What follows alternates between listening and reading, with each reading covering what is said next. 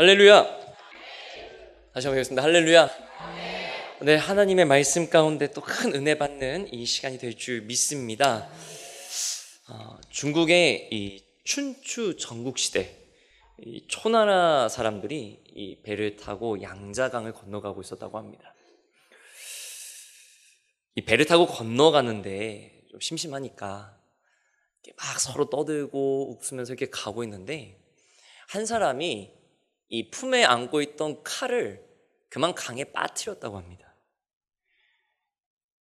갑자기 생겨난 일에 그 젊은이가, 그 칼을 가지고 있던 사람이 당황하다가 갑자기 뭔가 생각이 번뜩 난 것처럼 얼굴이 확 풀어지더니 갑자기 주머니에서, 품에서 조그만 칼을 꺼내더니 방금 칼이 빠졌던 곳의 배에다가 표시를 하고 있었다고 합니다. 그러면서 이렇게 외쳤다고 합니다. 여기가 칼이 빠진 곳이다.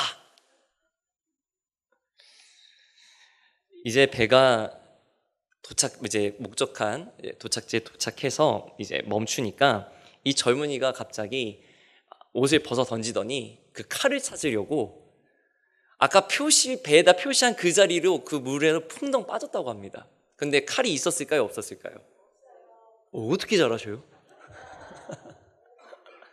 가보셨어요? 당연히 없었습니다. 아무리 찾아도 칼이 안 보이니까 이 젊은이가 당황해가지고 칼이 어딨지? 막 그런 모습을 지었다고 합니다. 이 이야기에서 유래해가지고 미련하고 융통성이 없는 사람을 가리켜, 혹시 이 고사성어를 알고 계신지 모르겠습니다. 각주구검 아시나요? 모르시나요? 배에 새겨 칼을 찾는다라는 말이 생겨났습니다. 여러분, 사람에게 가장 필요한 게 무엇이 있을까요? 집이요? 지혜요? 혹시 제 설교 보고 오셨나요? 지혜도 필요한데요, 사람에게 필요한 건 뭐니 해도 일단 돈이 필요할 겁니다. 네, 돈 필요합니다. 사실 돈이 있으면 할 수 있는 게 참 많습니다. 혹시 여러분들이 알고 계신 분 중에서 돈이 진짜 많은데 나 돈 필요 없다 하시는 분 있으시면 좀 저한테 말씀해 주십시오. 제가 좀 말씀드려 보겠습니다. 사람한테는 돈 말고도 참 필요한 게 많습니다. 돈도 필요하고요, 건강도 필요하고요, 이 사람들과의 좋은 관계를 맺는 것도 필요합니다. 아니면 인생을 바꿀 수 있을 절호의 기회가 필요하기도 합니다. 그 외에도 지금 우리가 생각이 나지 않아도 꼭 필요한 것들이 있다는 것입니다. 이 예배 자리에 나오신 우리 성도님들은 그 지금 꼭 필요한 그 모든 것들을 하나님께서 채워주시고, 그로 인해 믿음의 길에서 흔들리지 않으시기를 주님의 이름으로 축원합니다. 아멘 하신 분들만 넘치도록 받으실 줄 믿습니다. 사람에게 필요한 그 많은 것들 중에서 아까도 먼저 말씀해 주셨는데, 저는 오늘 지혜를 얘기해 보고자 합니다. 오늘 사도 바울은 에베소 교인들을 향해 이렇게 말합니다. 에베소서 5장 15절 말씀에 우리 같이 봉독해 보겠습니다. 시작.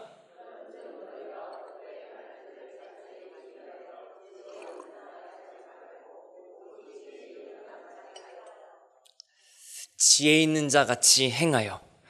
예수님을 믿는 에베소의 그리스도인들을 향해 사도 바울이 하나님의 자녀된 너희가 믿음을 가지고 어떻게 살아야 하느냐라고 말할 때, 이 에베소서에서 그리스도인들에게 어떻게 말하고 있습니까?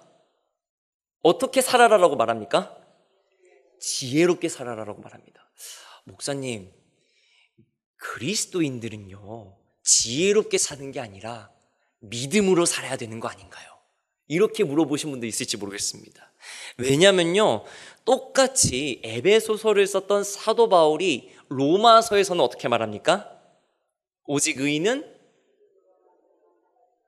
할렐루야, 너무나도 훌륭하십니다. 로마서 1장 17절 말씀에 복음에는 하나님의 의가 나타나서 믿음으로 믿음에 이르게 하나니 기록된 바 오직 의인은 믿음으로 말미암아 살리라. 할렐루야. 이 하박국 선지자의 말을 인용해서 사도 바울이 그리스도인은 무엇으로 살아가야 됩니까?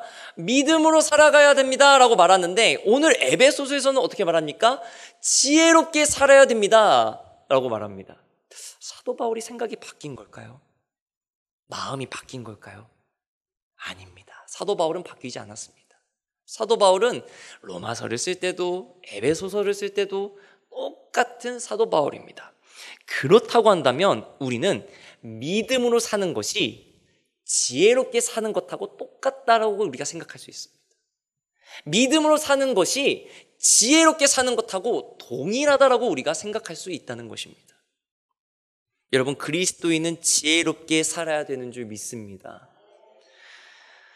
그리스도인은 지혜롭게 살아야 된다고 말했던 이 사도 바울이 말했던 이 에베소서를 통해서 우리는 그리스도인의 지혜는 과연 무엇일까요? 한번 생각해 보고자 합니다.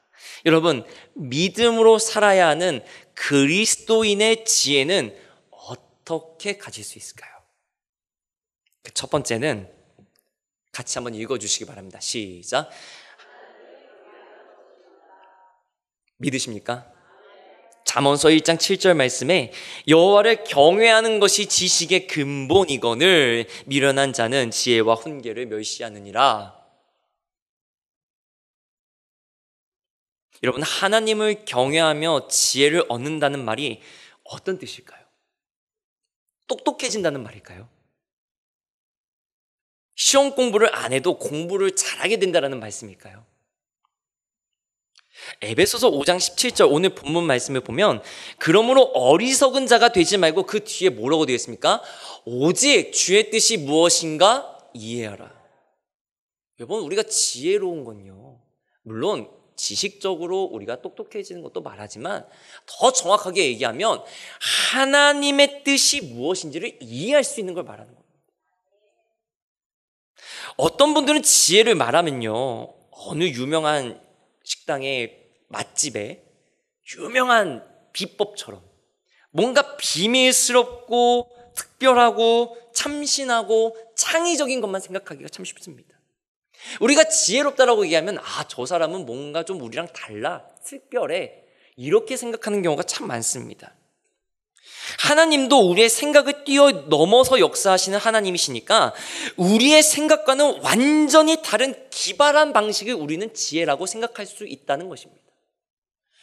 그런데 여러분, 물론 지혜가 우리가 그동안 보지 못했던 것, 알지 못했던 것을 깨닫고 알게 되는 것도 있겠지만, 잘 생각해 보시면 지혜는 무언가 특별한 것이라기보다는 너무나도 당연한 것들이 지혜일 때가 참 많습니다. 마치 알고 나면 에이, 그렇게 쉬운 거였어? 라고 생각할 정도로 너무나도 단순하고 당연한 것들이 우리에게는 지혜였다라는 것을 우리가 깨닫는 것입니다. 여러분들이 잘 아시는 이 신대륙을 발견했던 콜럼버스가 이제 돌아와가지고 그 신대륙을 발견하고 탐험했던 이야기를 하는데, 어떤 사람들은 이 콜럼버스의 발견을, 이 탐험을 별로 대수롭지 않게 여겼다고 합니다. 깎아내렸다고 합니다. 그런 사람들에게 콜럼버스는 어떻게 얘기했냐면, 여기 있는 계란을 한번 세워봐라, 여기 있는 계란 한번 세워보십시오 라고 얘기했다고 합니다.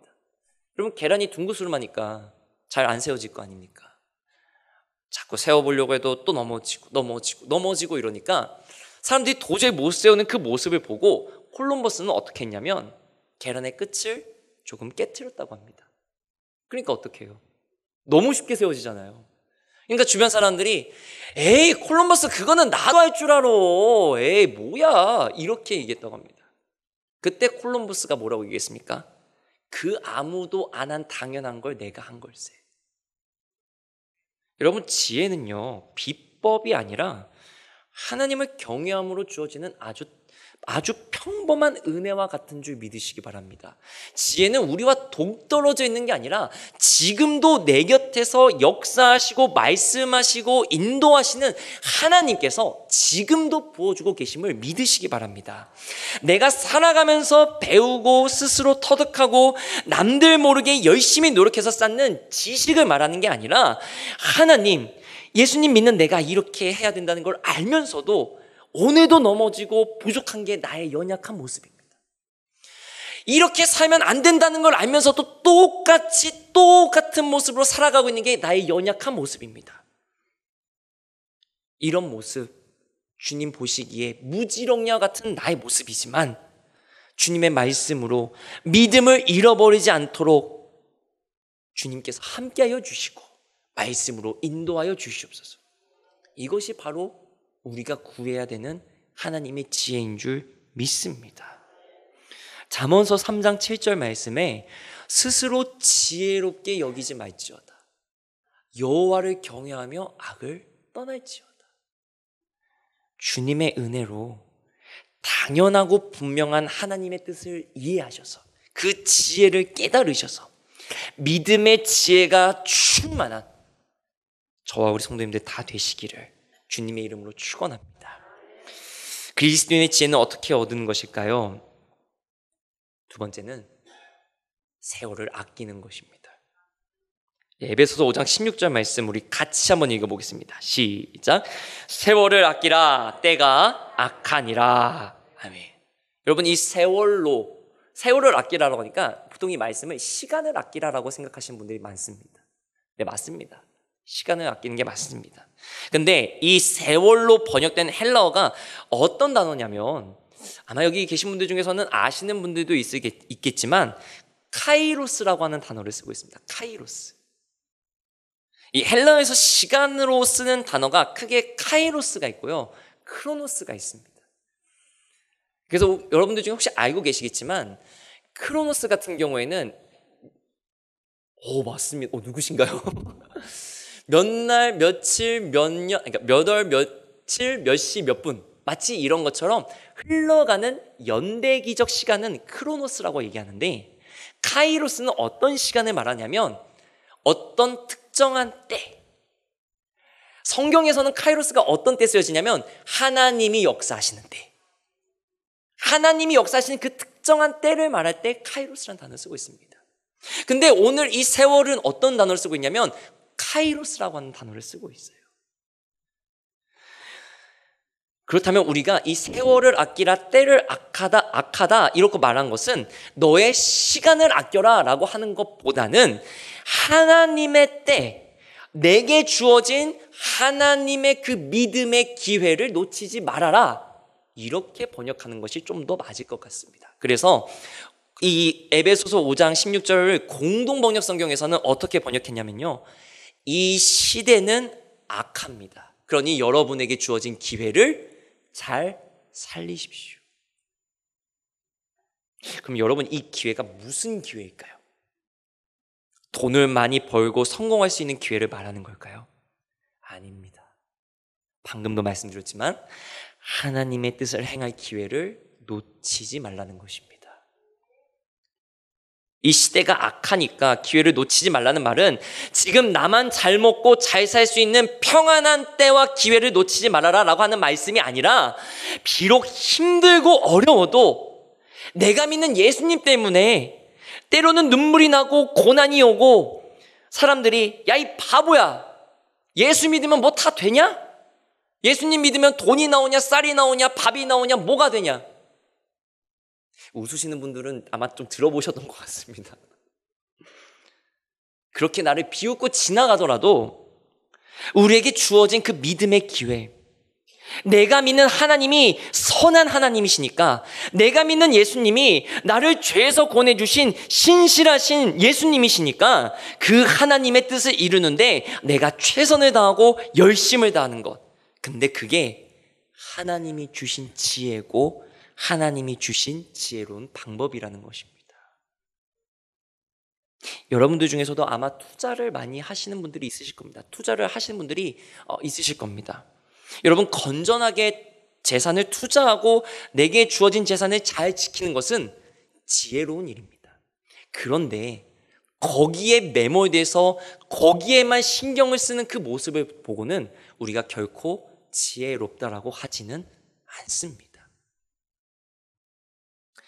소중한 경인교회 성도님 여러분, 어떤 기회를 놓치지 않으려고 노력하고 계십니까?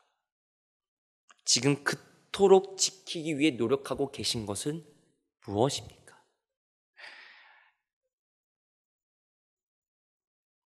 우리는 믿음을 위한 기회를 놓치지 않기 위해 얼마나 깨어 있으십니까? 우리가 그토록 악하다, 어둡다 하는 이 세대에서 정작 그 어둠의 세상이 쫓아가는 물질과 명예와 성공을 쫓아가기 위해 그처럼 거창하진 않아도 그냥 오늘 하루 나 혼자 잘 먹고 잘 살면 된다라는 그러한 생각에 정작 믿음의 선한 기회는 놓치고 있지는 않은가 한 번은 돌아보게 된다는 것입니다. 우리의 기회를 잘 살려서 믿음의 선한 기회 놓치지 않는 지혜로운 저와 우리 성도님들 다 되시기를 주님의 이름으로 간절히 축원합니다. 그리스도인의 지혜는 어떻게 받는 것일까요? 세 번째는 성령의 충만함을 받는 것입니다. 할렐루야. 여러분, 우리가 지금까지 하나님을 경외함으로 지혜를 받고 하나님의 선한 일을 이루는 그 믿음의 기회를 놓치지 않도록 우리가 지혜로워야 된다고 얘기했는데, 여러분, 그 지혜는요 내가 가지는 게 아닙니다. 내가 노력해서 가지는 게 아니라는 것입니다. 여러분, 세상에요 학원이 참 많습니다. 그렇죠? 학원 참 많습니다. 사람은 끊임없이 공부하고 배우려고 합니다. 그런 와중에 예전에는 없던, 요새는 참 생소한 학원들도 참 많은 것 같습니다.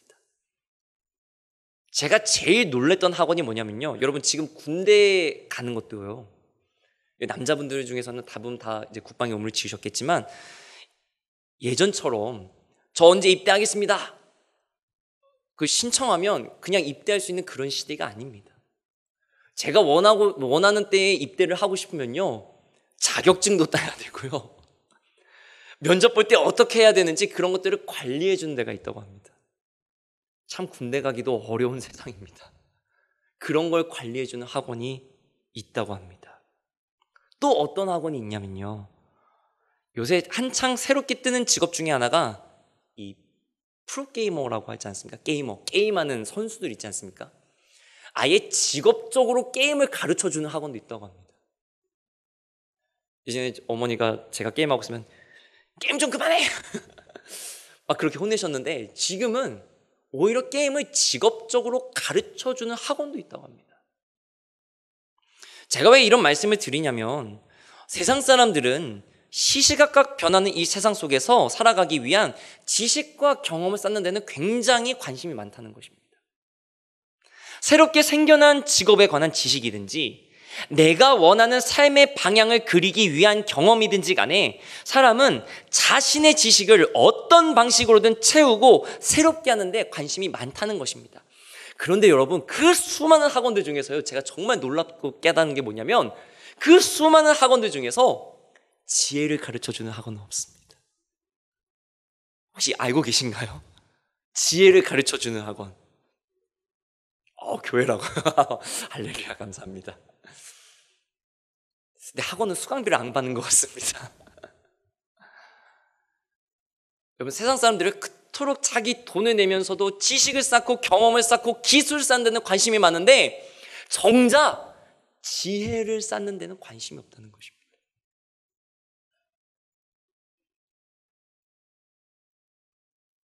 그래서 사람들이 하나님의 말씀을 등한시하는 것인지도 모르겠습니다.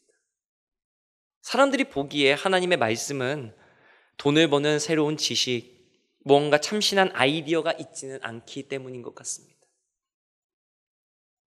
지혜를 얻는 것보다 지식이 더 중요하다고 생각하기 때문일 것입니다. 그러나 여러분, 하나님의 말씀은요, 지식을 쌓는 것보다 더 중요한 것이 바로 지혜라고 말합니다. 잠언서 3장 14절 말씀에 이는 지혜를 얻는 것이 은을 얻는 것보다 낫고 그 이익이 정금보다 나음이니라. 그 뒤에 15절 말씀이 이렇게 말합니다. 지혜는 진주보다 귀하니 네가 사모하는 모든 것으로도 이에 비교할 수 없도다. 여러분, 하나님의 말씀이 이처럼 지혜를 더 중요하다고 얘기를 하는데, 하나님이 주시는 지혜가 더 중요하다고 얘기하는데, 더욱 놀라운 건요, 세상 사람도 아니고요, 그리스도인들 중에서도 나 교회 다니고 하나님을 믿는다고 하면서도 정작 하나님의 지혜를 구하지 않는 사람들도 분명히 있다는 것입니다.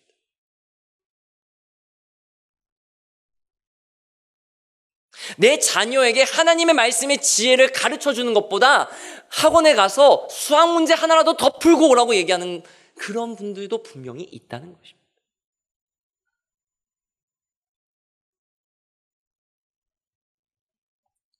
여러분, 오늘 우리가 에베소서 5장 15절로 17절까지의 말씀만 봤는데요, 그 뒤에 18절 말씀 혹시 암송하고 계신 분 있으신가요?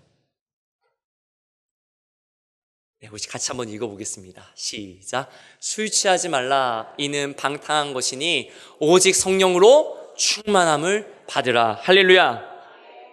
여러분, 사도 바울이요, 지혜롭게 살아라 라고 말하면서 바로 그 뒤에 뭐라고 얘기합니까?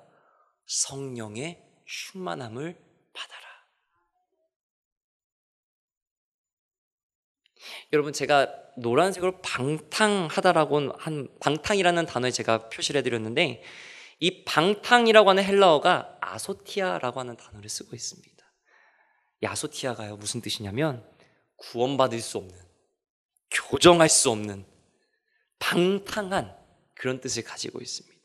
즉, 성경에서 말하는 방탕은요, 성령의 충만함이 아니라 하나님 없이 살아가면서도 나는 지혜롭다, 나는 똑똑하다, 나는 잘 살고 있다 자신하지만 실상은 하나도 건전하지 않고 하나님 말씀은 없이 무절제하고 혼란스러운 삶을 사는 사람들,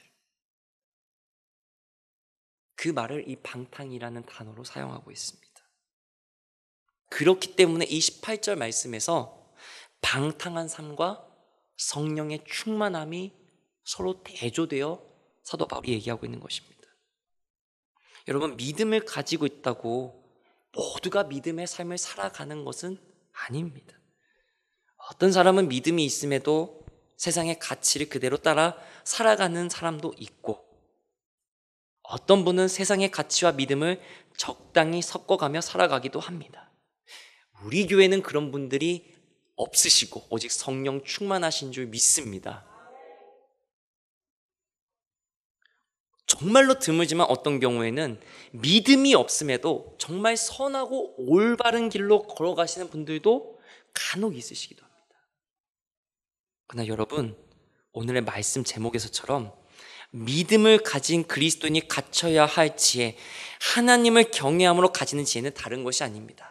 오늘의 말씀을 제가 한 문장으로 정리하면 이렇게 정리할 수 있을 것 같습니다. 성령의 충만함으로 받는 지혜가 우리에게 있어야 될 줄 믿습니다.